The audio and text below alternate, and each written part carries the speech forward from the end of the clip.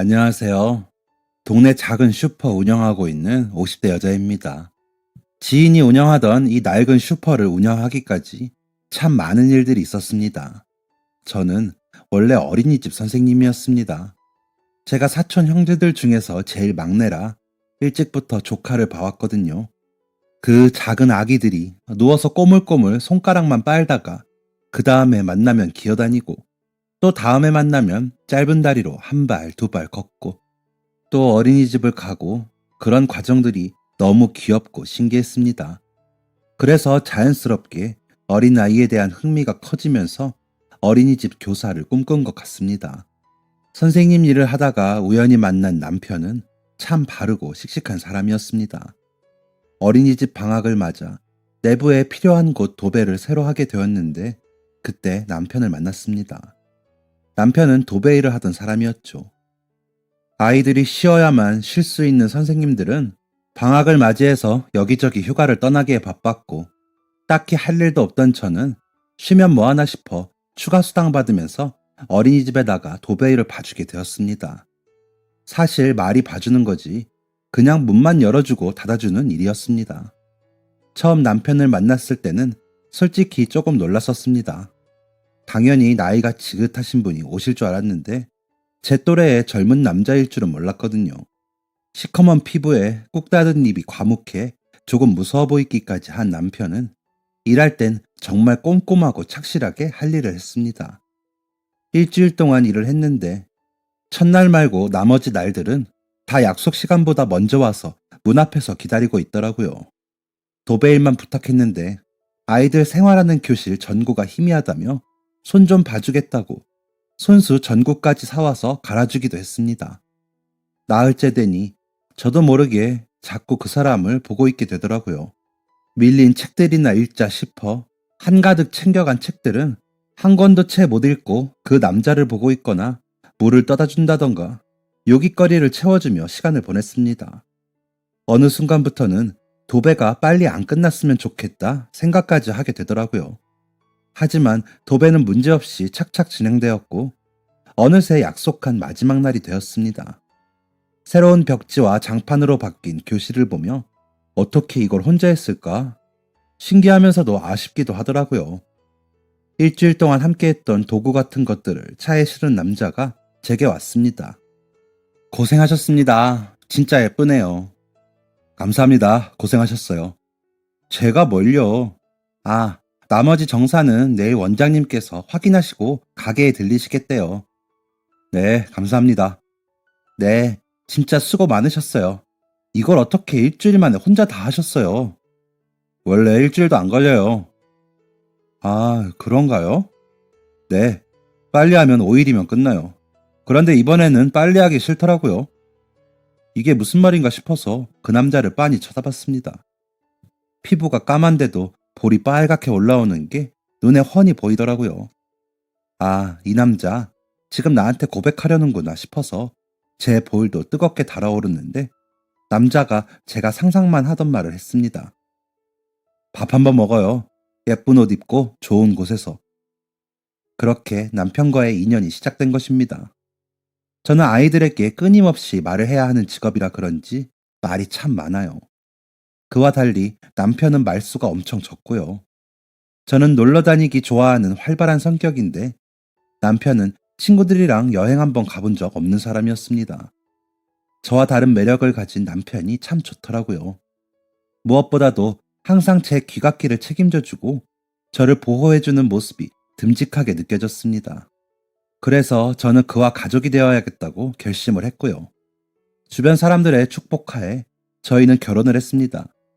그리고 머지않아 예쁜 딸을 낳았죠. 딸아이는 정말 예쁘게 커주었습니다. 주변에서 어떻게 그렇게 자식 교육을 잘 시켰냐고 했을 정도였죠. 남편이 도덕에 관련해서는 조금 엄한 부분이 있었는데 그 덕분이었는지 딸아이는 예의도 바르고 사고 한 번 치지 않는 바른 아이로 자라주었습니다. 얼굴도 예쁘고 공부도 참 잘했습니다. 제 지인들은 저희 딸을 엄친딸이라고 불렀었죠. 남편을 닮아서인지 조금 과묵하긴 했지만 가족끼리 소통하는 데에는 큰 문제가 없었습니다. 네, 저는 그렇게 생각했었습니다. 고등학생 때 계속 좋은 성적을 받고 수능도 잘 본 딸아이는 원하던 대학교에 갈 수 있었습니다. 서울에 있는 정말 좋은 대학교였습니다. 평소에 먼저 여행 가자, 외식하자 이런 말을 안 하던 남편이 딸아이의 합격 소식을 듣고 먼저 여행을 가자고 했을 정도로 집엔 경사가 났었죠. 남편이 계속 일이 바빠서 아이가 학교 가기 전 2월 말에 여행 계획을 세웠고 저희는 여행 날만 손꼽아 기다렸죠. 그런데 그 여행을 기다린 건 저와 남편뿐이었나 봅니다. 딸아이가 별로 들뜨지 않아 보이더라고요. 오히려 뭔가 불안하고 답답해 보였습니다. 원하던 학교에 합격도 했고 그렇게 기다리던 대학생이 되었는데 왜 기쁘지 않을까 궁금했습니다. 수능이 끝나고 친구들과 한창 놀러 다니고 이제 성인이 되었으니 술도 한잔 해볼 법도 한데 집에만 있는 딸아이의 행동이 이해가 되지 않더라고요. 민영아, 왜 그래? 무슨 일 있어? 아니요, 없어요. 민영아, 이제 성인이 되었으니까 전보다는 편하게 마음 놓고 놀아도 돼. 아빠도 허락하셨고. 저희 남편이 도덕적인 부분에서 엄하다고 했잖아요. 그게 좀 도를 넘어서 보수적인 부분이 있었는데, 예를 들면 이런 것들이었습니다. 딸아이는 단 한 번도 친구 집에서 자본 적이 없어요. 친구들이랑 놀 때도 9시까지 무조건 귀가를 해야 했었고, 학원 야자가 끝났을 땐 항상 저 아니면 남편이 데리러 가야 했습니다. 옷도 항상 단정하게 입어야 했었죠. 가끔은 그런 남편이 답답하기도 하고 딸아이가 안쓰러웠는데 어느 순간부터는 딸아이도 순순히 받아들이더라고요. 야자가 끝나고 친구들끼리 야식을 사 먹으러 가는 걸 부러운 눈빛으로 보는 딸아이를 볼 때면 마음이 안 좋았지만 그렇다고 따라간다고 떼를 쓰는 아이도 아니었고 저도 그때는 그 모든 과정이 아이의 미래에 도움을 줄 것이라고 생각했습니다. 아무튼 제가 아이에게 계속 무슨 일이 있냐고 물어봐도 아무것도 아니라고 하더라고요. 엄마, 응, 민영아. 뭔가 말하려는 듯 뜸을 들이는 것 같아서 기다려도 봤지만 별 말을 안 했습니다. 민영아, 이제 대학교도 가야 하고 새로운 사람들도 만나야 해서 많이 떨리지. 엄마는 민영이가 그 모든 걸 잘 이겨낼 거라고 믿어. 무슨 일이 있는진 모르겠지만 엄마는 항상 민영이 편이야. 알겠지? 정말 항상 제 편이에요? 그럼 당연하지. 그러니까 민영이가 준비가 되면 그때 엄마한테 말해줘. 지금 고민이 뭔지, 엄마가 어떻게 해줬으면 좋겠는지. 네, 알겠어요. 그렇게 딸아이와의 대화는 마무리가 되었습니다. 제 말에 딱히 효과가 없었는지 딸아이는 이전처럼 우울해 보였죠. 가끔은 초조해 보이기도 했습니다. 남편에게 얘기를 해도 남편은 그저 친구랑 싸운 거 아니냐. 용돈 좀 더 줘라. 여행 다녀오면 좀 나아질 거다 하더라고요. 저도 그땐 그럴 거라 생각했습니다. 그 여행이 우리 가족을 힐링시켜 줄 거라 믿으며 떠났습니다. 그때 저는 여행을 다녀온 뒤 제 딸이 그런 선택을 할 줄은 몰랐습니다. 여행을 다녀온 다다음 날 어린이집이 끝나고 집으로 곧장 퇴근을 했습니다. 냉장고에 뭐가 있었더라. 저녁밥은 뭘 차리지 생각하며 집에 도착했는데 집이 조용하더라고요. 남편은 당연히 없을 시간이었고 방학 내내 집에 있던 딸아이의 기척도 느껴지지 않았습니다. 아, 드디어 나갔구나. 나가기로 한 거구나. 그래, 남편 말대로 여행이 우리에게 좋은 영향을 줬구나 싶었죠. 그렇게 기분 좋은 마음으로 딸의 방문을 열었습니다. 저는 그 순간 놓칠 것 같은 정신줄을 꽉 잡고 버텨 눈앞의 광경을 인정해야만 했습니다. 딸아이가 자기 스스로 방에서 목숨을 끊은 것입니다. 그 다음에 제가 어떻게 행동했는지, 어떻게 경찰에 신고를 했는지 기억이 하나도 나지 않습니다. 딸아이의 장례를 치르는데도 정신이 있을 때보다 없을 때가 더 많았습니다. 이건 꿈일 거야 하고 자고 일어나면 차가운 현실이 저를 기다렸습니다. 며칠 전 찍은 사진 속의 딸은 생생하게 살아있는데 이젠 더 이상 존재하지 않는 사람이라니 그저 가루만을 남기고 세상을 떠났다니 믿을 수가 없었습니다. 너무너무 잔인했습니다. 제가 뭔가 잘못된 것 같다고 딸이 스스로 목숨을 끊을 리가 없다며 경찰에서도 여러 번 딸의 방을 확인하고 CCTV도 봤지만 그럴수록 딸의 자살은 분명해져 가기만 했습니다. 장례를 치르고 겨우 숨만 쉬면서 밥도 안 먹고 씻지도 않고 딸의 방에만 있었습니다. 뽀송한 이불에선 아직도 딸의 냄새가 나고 있었습니다. 저는 그렇게 페인처럼 누워만 있는 동안 생각을 해봤습니다. 왜 그랬을까? 내가 뭘 못해준 걸까? 사람들 말처럼 입시 스트레스가 심했던 걸까? 딸에게 도대체 무슨 문제가 있었던 걸까? 저는 원인을 찾아보려고 했습니다. 그렇다고 죽은 아이가 살아올 수는 없겠지만 왜 그런 선택을 해야만 했는지 알아야 했습니다. 저는 딸의 방에서 그 흔적을 찾아보기로 했습니다. 일기장 같은 게 있을까 기대했지만 없었습니다. 참고서, 필통, 교과서에서도 그 어떤 실마리를 찾을 수가 없었습니다. 서랍장에 뭐가 있을까 싶어 하나씩 열어보는데 평소에 가지고 다니던 필통 말고 또 새로운 필통이 있더라고요. 새 필통 같은데 왜 넣어뒀을까 하며 열었는데 그 안에 물건을 보고 저는 놀라지 않을 수가 없었습니다. 임신 테스트기였습니다. 그것도 빨간 줄이 너무나도 선명하게 두 줄을 보이고 있는 임신 테스트기였습니다. 놓여져 있던 필통 밑으로 커다란 영수증이 있었습니다. 산부인과 영수증. 초음파를 본 산부인과 영수증이었습니다. 우리 딸이 왜, 어디서? 그 어떤 것도 확신하고 싶지 않아서 그 병원으로 달려갔습니다. 동네에서도 학교에서도 멀리 떨어진 다른 지역의 병원이었습니다. 자초지종을 설명하고 어떤 검사를 받았는지, 결과가 어떻게 나왔는지 여쭤보니 알려주더라고요. 내가 제발 아니길 바라며 30분을 달려온 그 염려가 진실이더라고요. 제 아이가 임신을 했다니 믿을 수가 없었습니다.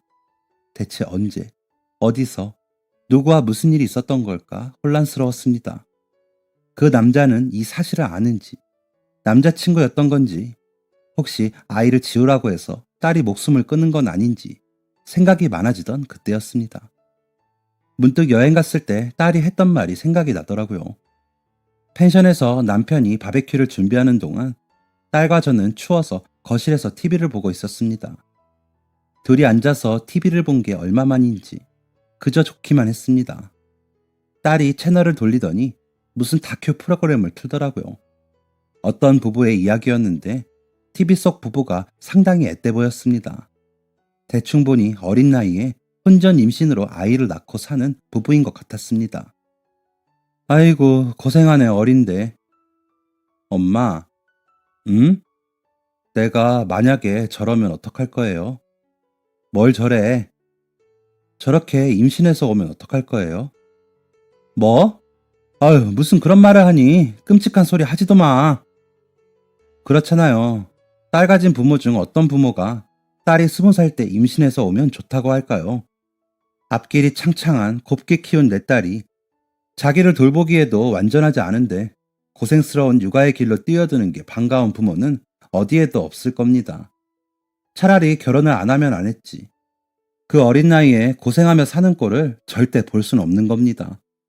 그땐 정말 대수롭지 않게 생각했고 별 생각 없이 내뱉었습니다. 불현듯 그때의 기억이 다시금 떠오르면서 알겠더라고요. 아, 딸을 죽게 한 건 나구나. 임신 사실을 알고 얼마나 무서웠을까. 얼마나 걱정도 많이 되고 막막했을까. 평생 내 편이라고 나에게 거짓말 한 번 한 적 없다고 생각했던 딸이었는데 저 혼자만의 착각이었습니다. 아이를 외면한 건 저였고 아이를 봐주려 하지 않은 것도 저였더라고요. 내가 내 자식을 죽였다는 괴로움에 속이 썩어가는 기분을 느끼며 하루하루를 견뎠습니다. 장례 휴가 후 저는 다시 일상으로 복귀해야 했습니다. 다시 그 어린 아이들이 바글바글 모여 기분 좋은 소리를 지르며 뛰어다니는 그곳에요. 견딜 수가 없겠더라고요. 20년을 넘게 했던 일인데 어린 아이들을 그저 보고 있는 것조차 힘들었습니다. 결국 저는 어린이집을 그만두게 됩니다. 남편도 이제 좀 쉬라고 하더라고요. 이게 쉬는 건지 죽어가는 건지 모르겠는 나날들을 보냈습니다. 그렇게 몇 달을 보내니 참 간사하게도 사람이 사라지더라고요. 먹고 싶은 맛있는 것도 사 먹게 되고 TV 보면서 웃기도 하고 그렇게요. 그러다가도 한 번씩 죽은 딸 생각에 잠 못 이루고 눈물만 흘리기도 하고 또 그러고 일어나서 혼자 라면 끓여 먹기도 하고 그랬습니다. 그렇게 서서히 이 아픔에 익숙해지고 이별의 슬픔에 적응을 할 때쯤 또 한 번의 시련이 제게 다가옵니다. 남편이 폐암 확진을 받은 겁니다. 딸이 죽은 지 1년이 지났을 때였습니다. 저희 남편 결혼하고 바로 금연했었습니다. 건강한 아이 낳아야 한다고요. 의사 말로는 도배같이 먼지가 많이 날리는 곳에서 일하는 사람들이 많이들 걸린다고 하더라고요. 남편은 수술을 했지만 그 결과가 썩 좋지 않았습니다. 그렇게 평생 내 곁에 있을 것 같던 한 그루 나무 같던 남편은 수술 후 시름시름 앓기만 하다가 반년을 조금 못 살고 딸아이에게 갔습니다. 1년 반 사이에 내가 가장 사랑하는 사람 둘을 떠나보냈다는 그 기분은 참혹했습니다. 지옥이 있다면 여기겠구나. 이렇게 사느니 죽는 게 낫겠구나 싶더라고요. 그렇게 집 밖으로 나가지도 않고 몇 달을 집안에서 거지꼴로 생활을 했습니다. 그런데 제가 언니가 하나 있거든요. 언니는 결혼하고 형부 따라서 멀리 이사가서 잘 못 보는데 언니의 오래된 친구가 저랑 같은 지역에서 살고 있었습니다. 자주 보는 사이는 아니었지만 어릴 때부터 종종 봤던지라 우리 언니랑 별다를 거 없이 대하던 언니였죠.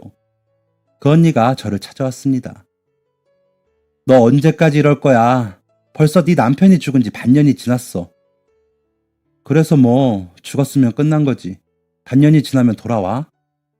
너 내가 알던 지숙이 맞니? 언니가 알던 지숙이는 뭔데? 적어도 이렇게 멍청하게 지 앞가림 못하는 애는 아니었지. 멍청해? 내가 멍청해? 딸 죽고 남편 죽은 내 심정을 언니가 알아? 야 이년아 정신 차려. 그래 네 말대로 그러고 있으면 죽은 딸이랑 남편이 돌아오니? 어? 산 사람은 잘 살아야지. 막말로 네가 죽고 니네 남편이나 딸이 이렇게 거짓골하고 있으면 하늘에서 네 마음이 편하겠어? 지수가 정신 제대로 차려. 이제 너 돌봐줄 사람 아무도 없어. 너 혼자 잘 살아야 해. 이겨내야 한다고. 어떻게 이겨냈는데 언니 같으면 이겨낼 수 있겠어? 일단 나가자. 밖으로 나가야 뭘 하지. 우리 시댁 동네에서 작은 슈퍼 하는 거 알지? 시부모님 요즘 건강이 안 좋아지셔서 거기 정리하려고 했는데 네가 맡아서 해. 그냥 작은 거야. 오는 사람만 오고 가게도 작아. 그래도 밖에서 바깥 공기도 좀 마시고 사람도 좀 보고 그래. 저를 위해주는 언니의 품에 안겨서 또 얼마나 울었는지 모릅니다. 사실 그런 위로에 갈증이 있었거든요. 누군가의 보살핌, 누가 나를 바라봐주는 것, 그 자체만으로 정말 큰 위로가 되었습니다. 저는 언니 말대로 언니의 시부모님이 하시던 슈퍼에 나가게 되었습니다. 주택가 사이에 있는 정말 작은 슈퍼더라고요. 손님들은 보통 할아버지, 할머니들이었습니다. 할아버지들은 거의 술을 사가셨고 할머니들은 큰 마트에는 드시는 과자가 없다며 가끔 과자나 사탕 같은 걸 사가셨죠. 슈퍼 앞에 작은 놀이터가 있어서 거기서 놀던 아이들도 부모님 손을 잡고 종종 들리곤 했습니다. 참 제 인생도 아이러니합니다. 어딜 가나 어린 아이들을 마주해야 한다니. 아무튼 슈퍼 일은 할만했습니다. 거의 혼자 있는 시간이 많았지만 유리 너머로 지나다니는 사람들을 보는 건 꽤 재미있는 일이더라고요. 동네 사람들은 여기 왜 주인이 바뀌었냐며 그 집 딸이냐고 묻기도 하더라고요. 그런 호기심 가득한 관심도 썩 나쁘진 않았습니다. 몇 달 일하니까 자주 오는 손님과 5분, 10분 수다도 떨고 혼자 있는 시간에는 책도 보고 우르르 몰려오는 아이들 질서도 맞춰주고 그렇게 사람답게 살게 되더라고요. 그렇게 1년을 넘게 일을 했습니다. 그 일에 완전히 적응을 했고 그 생활의 대부분 만족을 하고 있었습니다. 그러던 어느 날이었습니다. 겨울이 오려는지 추워진 날씨였어요. 추워서 놀이터에 애들도 없고 그러니 손님도 없어서 혼자 TV나 보고 있었죠. 약간 뜨거울 정도로 다리를 데우는 난로의 열기에 저도 모르게 눈이 스르르 감길 쯤이었습니다. 딸랑딸랑 문에 있는 종이 울리더라고요. 정신을 차리고 인사를 하며 자세를 고쳐 앉았습니다. 20대로 보이는 한 여자가 인사를 하는 둥 마는 둥 고개를 살짝 꾸벅이더니 안으로 들어가더라고요. 그러더니 구석에 가서 한참을 안 나오는 겁니다. 슈퍼가 크지 않아요. 진짜 작아요. 그래도 안 보이는 사각지대는 있으니까 거긴 길거리에 있는 것 같은 커다란 광각 거울이 하나 달려있거든요. 뭐 하나 싶어서 그 거울을 보는데 그 구석 일회용품 몇 개에 세제 같은 거 있는 쪽에서 기웃기웃 뭘 한참 찾는 겁니다. 그러더니 냉장고에서 소주 하나 꺼내와서 가져오더군요. 발목까지 오는 두꺼운 가디건을 입은 여자는 가까이서 보니 더 앳돼 보였습니다. 신분증 보여주세요. 그 여자가 가디건 주머니에서 신분증을 꺼내어 보여주는데 다행히 성인은 맞더라고요. 그런데 뭔가 이상하더라고요. 여자가 신분증을 다시 주머니에 넣는데 배가 볼록한 겁니다. 임산부처럼요. 임산부가 술을 사러 오는 경우는 처음이라서 조금 당황스럽더라고요. 아, 본인이 먹는 게 아니고 심부름을 온 거일 수도 있겠구나 싶다가도 어떤 정신 나간 놈이 임산부한테 술 심부름을 시키나 싶고 이걸 계산을 해 말어 오지랖을 부려야 하나 말아야 하나 이러고 있는데 그 여자가 저한테 그러더라고요. 여기 번개탄은 안 파나요? 아, 이 여자 무슨 사연이 있구나 하고 촉이 왔습니다. 그리고 이건 오지랖을 부려야 마땅하다 싶었고요. 왜요? 아, 그냥 놀러 가는데 필요해서요. 아가씨, 이 술 아가씨가 먹을 거예요? 임신했죠? 네.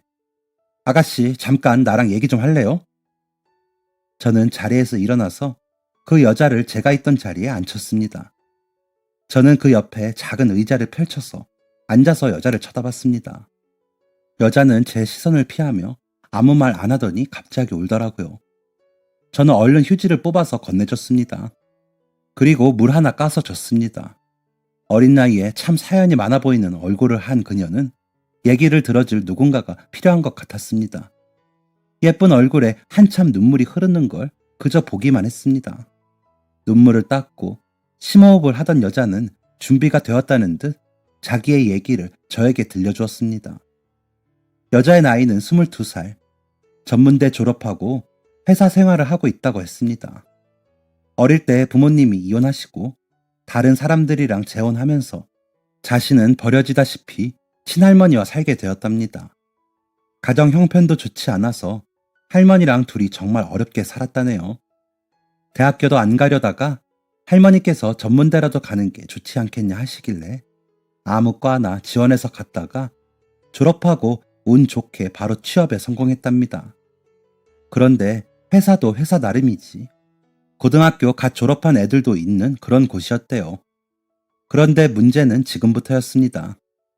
팀장이라는 사람이 자신에게 작업을 걸더래요. 그 남자는 여자보다 10살이 많았고 여자는 연애 한 번 안 해봐서 거부감이 들더랍니다. 그런데 그때 여자의 할머니가 돌아가셨대요. 여자에게 유일한 가족이었던 할머니가 돌아가시고 그걸 그 남자가 위로를 많이 해줬다고 했습니다. 그래서 여자도 마음을 열게 되었고요. 연애 시작하고 남자는 여자한테 엄청 잘해줬다는데 지금 생각해보면 다른 커플들도 하는 당연한 것들이었답니다. 그런데 그 여자는 평생 그런 사랑을 못 받고 자랐으니 그게 너무 특별하게 느껴진 거죠. 그렇게 연애를 한 지 4개월 만에 아이가 생겼더랍니다. 한 번도 어긋난 적 없던 생리 주기가 2주를 넘어가서 산부인과에 갔다가 임신 소식을 듣게 된 거죠. 여자는 불안했지만 사랑하는 남자와 함께라면 잘 키울 수 있겠다 싶었답니다. 그 남자가 평소에도 같이 살고 싶다. 결혼하면 좋겠다. 이런 말을 했더래요. 사귄 지 고작 4개월 동안 말이죠. 여자는 남자에게 사실을 말했고 남자는 순식간에 다른 사람이 되어버렸다고 했습니다. 표정이 싹 굳더래요. 그러면서 첫마디가 이거였대요. 너 미쳤냐? 남자는 이걸 어쩌라는 거냐고, 나한테 책임지라는 거냐고, 막말로 그 애가 자기 애인지 어떻게 아냐면서 일부러 접근했냐며 성질을 부리더래요. 여자가 우니까 너 같은 거 처음부터 만나는 게 아니었다고 이것저것 집어던지더니 자기 인생 망치지 말고 돈 줄 테니까 애 지우라고 했다는 겁니다. 그러고는 여자가 회사에 못 다니게 하려고 그들이 사귀는 걸 모르는 회사 사람들한테 여자가 임신했다는 소문을 내서 여자는 직장도 잃었답니다. 그리고 꼴랑 50만 원 던져주고 연락 두절이래요. 말세다, 말세. 세상이 말세다 라고 생각하면서 들었습니다. 그리고 중간중간 제 딸 생각을 하기도 했죠. 혹시 우리 민영이도 저런 놈을 만났던 건 아닐까? 이 아가씨가 남자친구한테 했던 기대를 내 딸은 나한테 했던 게 아닐까 생각했습니다. 그런 몹쓸 놈을 봤나? 그래서 아가씨는 어떻게 하려고요? 이거 먹고 번개탄 피워서 확 죽으려고 했어요? 저는 아기 못 지우겠어요. 제가 정말 지우려고 병원도 가봤는데요. 너무 무섭고 그리고 심장이 뛰고 있어요. 심장 뛰는 소리를 들었는데 어떻게 지울 수가 있겠어요? 그렇다고 낳아서 키우자니 저는 능력도 없고 도와줄 사람도 없고 아휴 죽는 것도 무서운 거예요. 여자가 다시 울었습니다. 끄끄대면서 죄송하다고 하더라고요. 나한테 뭐가 죄송하냐며 안아줬는데 저도 같이 눈물이 흘렀습니다. 딸 생각도 나고 누굴 이렇게 품에 안아본 게 얼마만인가 싶고 그러면서 저도 위로받는 기분이 들었거든요. 저는 그 여자한테 가게에 있는 햇반이랑 통조림이랑 팩에 들은 국 몇 개 챙겨줬습니다. 이거 먹어요. 죽을 생각으로 더 열심히 살아야죠. 그 아이 지우던 말던 아무도 아가씨한테 뭐라고 못해요. 그건 아가씨 선택인 거고 어떻게 할지 생각하려면 일단 살아야지. 가지고 얼른 가요. 날이 춥다. 여자는 끝까지 눈물을 멈추지 못하고 감사하다며 가게를 나갔습니다. 아가씨가 어떤 결정을 할까 궁금하기도 했지만 다시 이곳을 찾아올까 그게 더 궁금했습니다. 다시 왔으면 했거든요. 어떤 선택을 할지 말해주고 의지할 것도 없으니 저한테라도 좀 의지했으면 좋겠다 생각했습니다. 제 바람대로 그 여자는 일주일 뒤에 다시 찾아왔습니다. 전보다 생기가 도는 게 기분이 한결 나아 보였습니다. 어머, 왔어요? 추운데 여기 앉아요. 감사합니다. 저 이것 좀 드시라고 사왔어요. 검은 봉지에 든 만두 2팩을 꺼내더라고요. 뜨거운 온기가 가득한 만두였습니다. 아유, 뭘 이런 걸 사와요. 아가씨 많이 먹지. 저, 이제 아가씨라고 부르지 말아주세요. 말과는 다르게 여자는 쑥스러운 표정이더라고요. 이 어색한 말과 행동이 무슨 상황인가 싶어. 네? 하고 되물었습니다. 저 아이 낳을 거예요. 방금 병원 갔다가 보건소 가서 임산부 등록하고 왔어요. 저 이제 아가씨 아니고 애엄마예요. 그럼 아줌마인가? 여자가 반달눈이 되어서 웃는데 정말 예뻤습니다. 그 나이대에만 볼 수 있는 싱그러움과 천진난만한 모습이 보이는데 참 예쁘더라고요. 저는 그 여자를 도와주고 싶었습니다. 지금 생활비는 어떻게 하고 있어요? 지내는 곳은 여기 근처예요? 네, 여기 바로 뒷골목이요. 생활비는 할머니 돌아가시고 나온 보험금 아끼면서 생활하고 있어요. 그걸로 괜찮아요. 병원비도 많이 나올 거고 또 아기 낳으면 한동안 일도 못하고 돈 나갈 것도 많을 텐데 임신하면 정부에서 돈 나오는 것도 있고 아이 낳고는 더 아껴봐야죠. 당차게 말은 하고 있었지만 좀 불안해 보였습니다. 그렇다고 무턱대고 잘 알지도 못하는 사람이 도움을 주는 건 부담스럽게 여길까봐 우선은 자주 오라고 먹을 거 많이 챙겨준다고만 했습니다. 그 여자는 자기도 맛있는 거 많이 사온다고 밝게 웃으며 볼록 나온 배를 소중하게 잡고 갔습니다. 그 여자는 할머니와 자라서 그런지 참 싹싹한 면이 있었습니다. 자기 주장도 잘 말할 줄 알고 나이대에 맞지 않게 똑부러지고 의젓한 면이 있었죠. 몇 달 저희 가게를 오가는 동안 서스럼 없이 지낼 만큼 친해졌지만 또 그렇다고 예의 없는 행동을 하진 않았습니다. 알면 알수록 참 예쁜 사람이더라고요. 저도 그 여자한테 의지를 할 수 있게 되었죠. 그래서 저의 사정도 말해줬습니다. 딸을 잃고 남편을 잃고 혼자가 된 지금의 상황을요. 여자는 저 대신 울어주더군요. 그리고 제가 그 여자를 위로해 주었을 때처럼 저를 안아줬습니다. 그러면서 자기를 딸처럼 대하라고 딸이랑 못 해본 거 다 자기랑 하자고 하더라고요. 대신 자기도 엄마랑 해보고 싶었던 거 하게 해달라고. 저희는 봄이 시작될 쯤 꽃구경도 가보고 맛있는 케이크를 파는 카페 창가 자리에 앉아서 한참 수다도 떨고 같이 쇼핑도 가봤습니다. 딸이 살아있을 때 이렇게 했으면 어땠을까? 그러면 지금의 이 여자처럼 자기의 생각을 숨김없이 말하는 사이가 되지도 않았을까? 이런 생각도 가끔 들더라고요. 그러면서 딸한테 못한 거 지금 잘 하라고 이런 인연을 만들어 주신 거구나 하는 생각이 들었습니다. 여자의 배는 점점 불러왔고 출산을 한 달 앞둔 때였습니다. 요즘엔 애기 낳고 다들 조리원 간다던데 예약했어? 아니요. 그런 데를 어떻게 가요? 왜 못 가? 비싸요. 300만 원인가 400만 원인가? 거의 넉 달치 생활비인데 어떻게 가겠어요? 옛날엔 그런 거 안 가고 잘만 키웠는데요 뭐. 어머, 얘 고리타분한 말하네. 옛날엔 다 친정 엄마나 시엄마가 도와줬으니까 그렇지. 그리고 예전에 그런 거 없이 키워서 지금 할머니들 허리가 다 휜 거잖아. 산후조리가 괜히 중요하겠어? 그럼 대신 해주시면 안 돼요? 뭘? 저는 친정 엄마도 없고 시엄마도 없잖아요. 그러니까 해주시면 안 되냐고요. 사실 그동안 제 마음을 완전히 오픈을 안 했었습니다. 부담스러울까 봐요. 제 딸처럼 이렇게 예쁜데 진작에 전 다 해주고 싶었죠. 산후조리며 애기 보는 거며 다 해주고 싶었습니다. 그런데 혹시 그러면 부담스러워 할까봐 조심스러운 게 있었는데 이 아이도 저랑 마음이 같았나 봅니다. 저렇게 말하는 눈빛에 걱정 반 설렘 반이 섞인 게 훤히 보이더라고요. 저는 차가운 커피를 한 모금 쭉 마시고 대답했습니다. 그러자 내가 네 친정엄마 할게. 네 애도 봐주고 산후조리도 해줄게. 그게 뭐 어렵니? 내 딸 같은 애한테. 아니지. 내 딸이지 이제. 내가 엄마 해줘도 되지? 그럼요. 티는 안 냈지만 너무 벅찼습니다. 이별로 받은 마음의 상처가 조금 아무는 느낌이었습니다. 저는 만삭인 임산부를 위해 자처해서 집 청소를 도와줬습니다.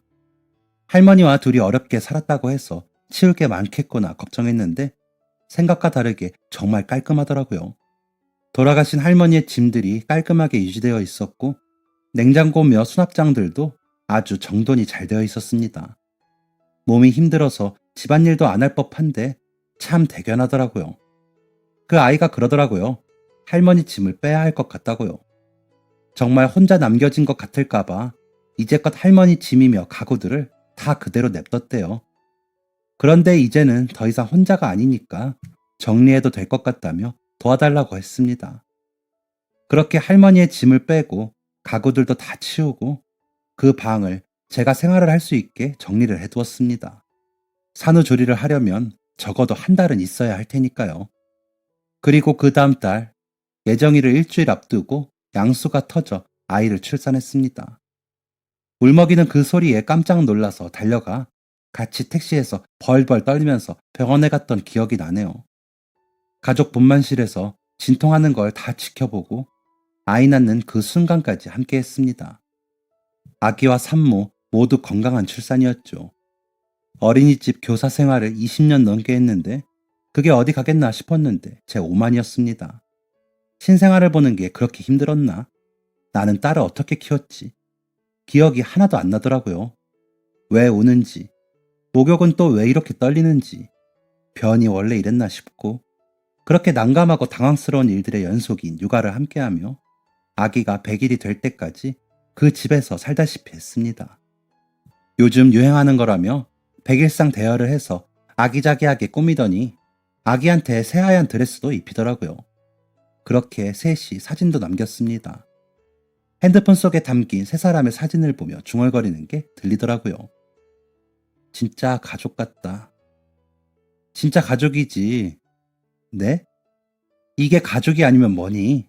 같이 밥 먹고 같이 웃고 한 공간에서 생활하는데 너만 괜찮으면 아줌마 여기 들어와서 살까봐. 그냥 이대로 쭉 눌러 앉으려고 우리 손주도 보고. 정말요? 그럼 너만 좋다면. 좋죠 그럼. 너무 좋아요. 당연히 좋죠. 엄마 그래, 우리 딸. 우리 잘 살아보자. 그렇게 저희 셋은 진짜 가족이 되었습니다. 정말 가족이란 게 뭐 별거 있나요? 어떻게 만났던 지지고 볶고 부대껴 사는 게 가족이죠 뭐. 같이 있을 때 행복하면 그게 전부 아닐까요?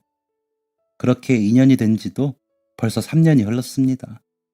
그 작은 핏덩이가 언제 이만큼 자란 건지 이제 어린이집도 다녀요. 감당하기 힘든 넘치는 힘에 홍삼을 더 먹어야 하나 싶습니다.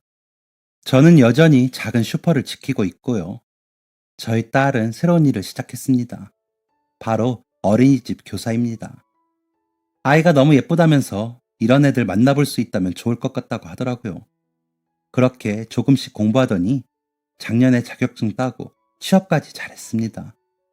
요즘엔 퇴근하고 오면 애들이 너무 예쁜데 너무 말을 안 듣는다며 어떻게 해야 하냐고 저한테 조언을 구하네요.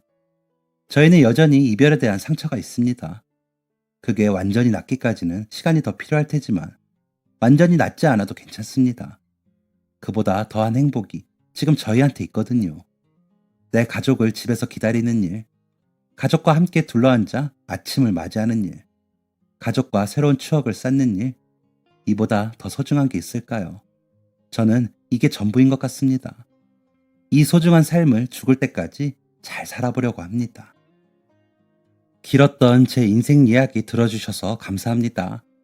여러분들은 함께 지내는 가족의 소중함을 익숙해하지 마시고 사소한 부분까지 보드 담으며 행복하게 사시길 바랍니다. 감사합니다. 지금까지 사연 들어주셔서 감사합니다. 사연이 재밌으셨다면 구독과 좋아요를 눌러주세요. 감사합니다. 안녕히 계세요.